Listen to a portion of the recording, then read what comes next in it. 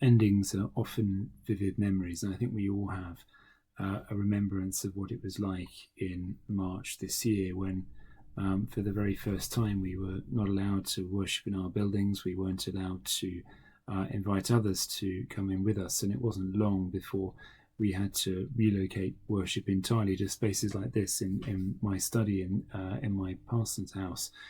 And I think we knew that for a long time we would be dealing with a radically different situation.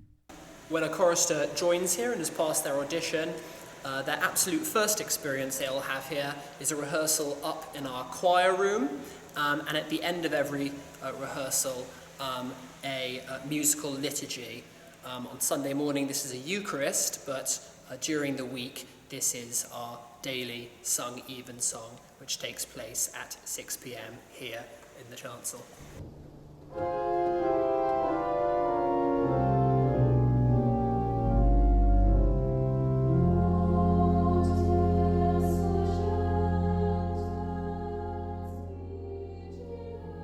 You can't replace in-person worship with online worship. It doesn't work like that. It's an entirely different premise altogether. But I think for this time of pandemic, we were just convinced that this is the thing we were going to do to try and save our community, to try and maintain its coherence, even while so much else in the world was falling apart, and even while families were dealing with such acute trouble and challenge. And it was important for us as a Music Education Foundation to make sure that we were reaching our children and young people, and that we are making our own contribution to their well-being and to their health during an awful time. So the biggest change in lockdown essentially was of physical space. We were no longer physically able to rehearse or to sing together. What changed very little fundamentally was the music we were making and the cycle of daily prayer that we experienced through the Book of Common Prayer and choral Evensong. We moved to a system whereby we would have choral Evensong over Zoom. An order of service would be shared, which contained all the music. It would be marked up with names, and our choristers would log on, and we would sing Evensong ostensibly just as we normally would here, albeit in very different circumstances.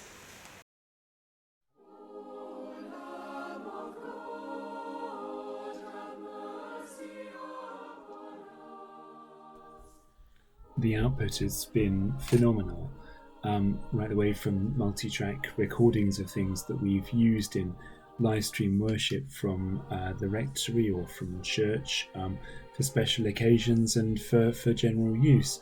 The instructional videos that have made those recordings possible and that have come with every Evensong, as well as preparing copies for it. And I think that has all been targeted towards how can we maintain this continuum of prayer. How can it speak even through lockdown? And how can it speak in the most powerful way? And that was to keep our young people together and singing.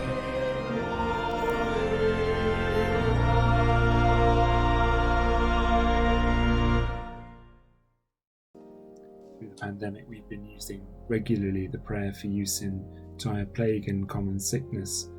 And I think people are often surprised to learn that the young person's first experience of worship at All Saints is through the Book of Common Prayer and through choral Evensong. But I think that made it all the more important for us to use those familiar words as we gathered online to worship, not merely to continue that prayer and to ensure that it was never taken from us, but also to keep our community together and to build ever deeper roots.